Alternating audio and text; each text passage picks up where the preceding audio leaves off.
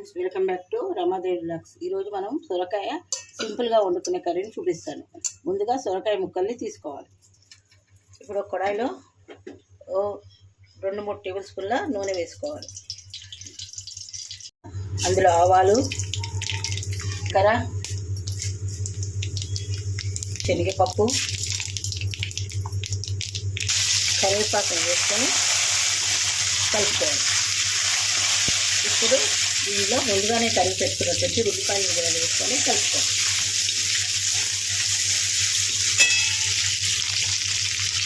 ఇందులో కాస్త పసుపు వేసి మరలా కలుపుకోవాలి. ఇప్పుడు ఈ ఉల్లిపాయలు కొద్దిగా ఈ విధంగా వేగిన తర్వాత ముందుగానే తరిగి పెట్టుకున్నటువంటి సొరకాయ ముక్కలు వేసి కలుపుకోవాలి. ఈ విధంగా కలిపి కొద్దిసేపు మగ్గనివ్వాలి. ఈ సొరకాయ కూడా పాలు పోసి వండిన కూర కూడా రెసిపీ యూట్యూబ్లో ఉంది, చూడండి. ఇది కాసేపు వేగాలి. ఈ కూర ఈ విధంగా మగ్గిన తర్వాత మనకు రుచికి తగ్గంత కారం, ఉప్పు, ఇది కూడా మనం చేస్తాను అంతా ఈ విధంగా కలుపుకొని ముందుగానే సన్నగా తరిగి పెట్టుకున్నటువంటి టమాటాలను కూడా వేసుకోవాలి. వేసుకొని మళ్ళీ ఒకసారి కలుపుకోవాలి. ఈ విధంగా కలుపుకొని కాసేపు మగ్గనివ్వాలి.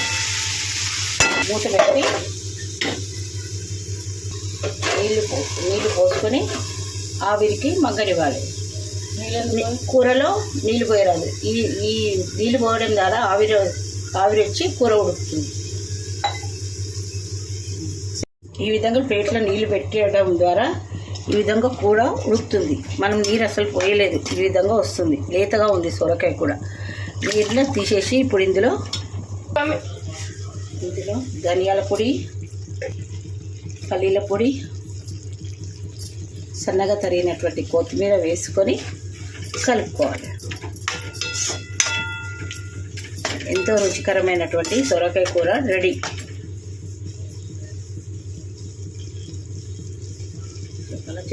ఇది జొన్న రొట్టెలు కానీ, గోధుమ రొట్టెలు కానీ, ఏ విధమైన రొట్టెలతో కానీ, రైస్తో కానీ చాలా రుచిగా ఉంటుంది.